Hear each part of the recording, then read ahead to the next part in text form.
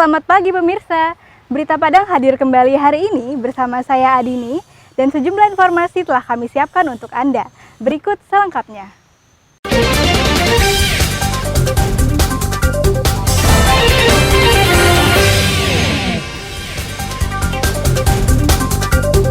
Warga Cumantiang di Agam melihat asap dari tebing Gunung Merapi. Warga Kinali berunjuk rasa ke kantor Gubernur Sumatera Barat menuntut tanah ulayat mereka dikembalikan. Pelajar sekolah menengah kejuruan di Padang produksi batik lumpuh.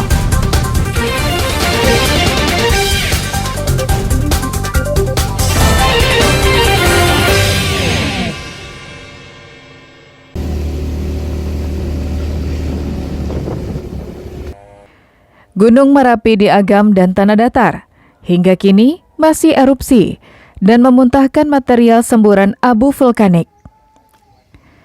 Aktifnya gunung setinggi 2.891 itu mencemaskan warga Cumantiang, Nagari Bukit Batabuah, Kecamatan Canduang karena sejak pertama erupsi minggu lalu hingga Selasa sore, mereka melihat asap dari tebing Gunung Merapi.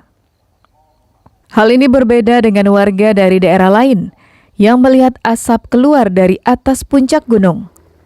Salah seorang tokoh masyarakat Cumantiang menuturkan, terlihatnya asap yang keluar dari arah tebing, pertanda ada jalur lain yang menuju dapur magma, sehingga memungkinkan asap keluar dari tebing Merapi di sekitar bawah cadas.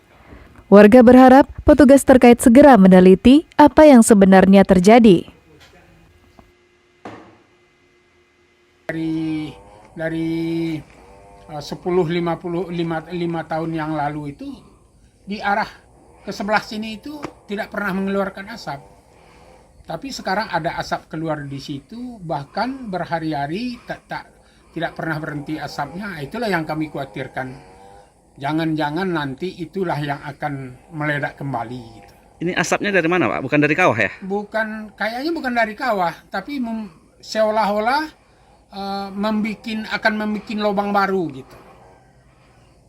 Itu mungkin sebagai penjelasan. Mungkin di sekitar Cadas. Di sekitar Cadas. Tadi bawah tapi ya? Sebelah ke sini, mengarah ke daerah kampung ke sini gitu. Pos pengamatan Gunung Api Merapi, Pusat Vulkanologi dan Mitigasi Bencana Geologi, mencatat sejak tanggal 3 Desember hingga 13 Desember telah terjadi 84 letusan dan 360 hembusan dengan ketinggian yang bervariasi dari 350 meter dari atas gunung hingga 3.000 meter. Gunung Merapi mempunyai 5 kawah, yakni Kaldera Bancah, Kapundan Tuo, Kabun Bungo, Kapundan Bongso, dan Kawah Verbek. Pengamatan petugas, kawah yang aktif saat ini dan erupsi adalah Kawah Verbek. Dari Agam, Tina Amrina melaporkan.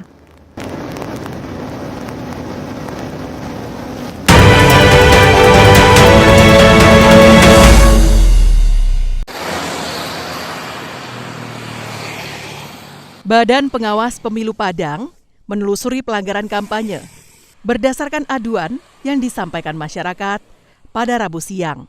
Di antara aduan itu adalah adanya dugaan perusakan alat peraga kampanye dan kampanye yang dilakukan di tempat ibadah. Pengaduan itu diterima Bawaslu melalui saluran telepon resmi dan surat dari masyarakat.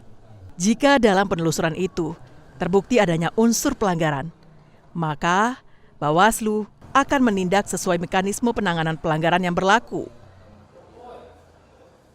Dugaan pelanggaran kampanye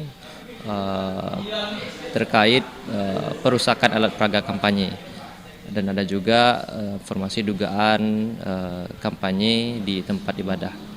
Nah, dan ini nanti kita akan lakukan penelusuran beberapa hari ke depan. Kalau memang nanti terpenuhi syarat formil material sebuah dugaan pelanggaran, nanti kita akan lakukan kajian hingga penanganan pelanggaran.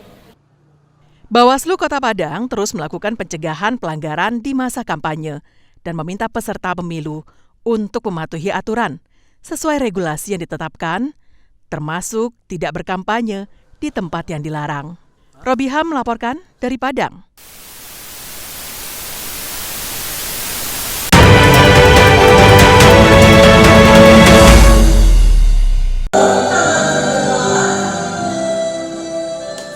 Pemilu di ambang mata. Semua stakeholders diminta untuk menyukseskan pesta demokrasi 5 tahunan itu. Salah satunya Rumah Sakit Jiwa HB Saanim Padang yang telah menyediakan tempat untuk menampung caleg gagal. Saat ini, Rumah Sakit Jiwa satu-satunya di Sumatera Barat memiliki 268 tempat tidur dengan 4 tingkatan kelas, yakni kelas VIP, kelas 1, kelas 2, dan kelas 3. Direktur Rumah Sakit Jiwa HB Saanim Padang, Aklima, mengatakan bahwasanya gangguan jiwa bisa diobati dan disembuhkan. Namun perlu dorongan yang berasal dari keluarga dan lingkungan sekitar. Selama ini, banyak orang yang merasa malu dan merasa enggan untuk membawa anggota keluarganya yang mengalami gangguan jiwa untuk diobati dan ditangani secara tepat oleh petugas Rumah Sakit Jiwa. Kami Rumah Sakit Jiwa Profesor HB Saanim Padang siap dengan 268 tempat tidur. Untuk penambahan kuota sepertinya belum, tapi untuk pemanfaatan seluruhnya bisa dimanfaatkan. Ya, dari 268 tempat tidur itu ada yang VIP, ada yang kelas 1, ada yang kelas 2, ada yang kelas 3. Kami siap untuk menerima kalau misalkan masyarakat membutuhkan bantuan daripada Rumah Sakit Jiwa HB Saanim Padang kalau memang ada daripada calon-calon tersebut yang mengalami gangguan kejiwaan. Dari awal Januari hingga akhir Oktober tahun ini, Rumah Sakit Jiwa HB Saanim telah menerima dan merawat pasien lebih dari 2.000 orang. 70% diantaranya berjenis kelamin laki-laki. Rumah Sakit Jiwa HB Saanim Padang tidak hanya siap untuk menampung caleg gagal, namun juga menerima pasien dari berbagai kalangan. Dalam ilmu jiwa, ada beberapa kategori seseorang mengalami gangguan kejiwaan. Salah satunya, kerap bermenung dan emosi tidak stabil. Jika ada gejala tersebut yang menimpa keluarga Anda, segera dikonsultasikan dengan psikiater di RSJ HB Saanim. Robiham melaporkan dari Padang. Tepian belantara tak berdaya. Takut bermimpi tentang negeri anti korupsi. Memperingati Hari Korupsi Sedunia, puluhan pelajar dan siswa di Pasaman Barat mengikuti lomba puisi dan surat terbuka di Aula Kantor Kejaksaan Negeri. Mereka antusias membacakan puisi yang mereka buat sendiri, dengan irama dan gerakan khas masing-masing peserta. Puisi-puisi itu bertemakan maju membangun negeri tanpa korupsi. Lomba ini digelar Kejaksaan Negeri Pasaman Barat dalam rangka Hari Anti Korupsi Sedunia. Selain lomba, peserta juga diberikan sosialisasi dan edukasi tentang pentingnya pencegahan korupsi sejak dini hingga dampak korupsi.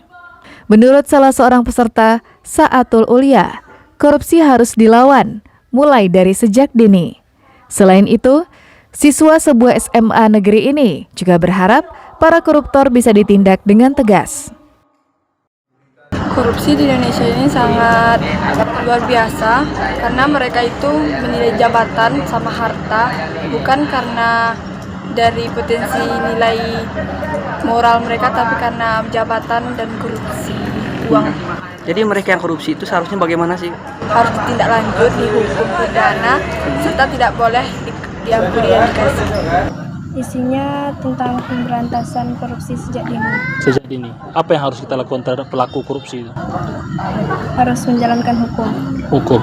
Agar adik-adik kita atau anak-anak kita tidak terlibat atau seperti mereka, apa yang harus dilakukan? Pemberantasan sejak dini. M. Yusuf Putra, Kepala Kejaksaan Negeri Pasaman Barat mengatakan, kegiatan ini bertujuan agar semua kalangan mengetahui dampak dan bahaya korupsi. Untuk itu, Kejaksaan mengajak semua pihak melawan korupsi.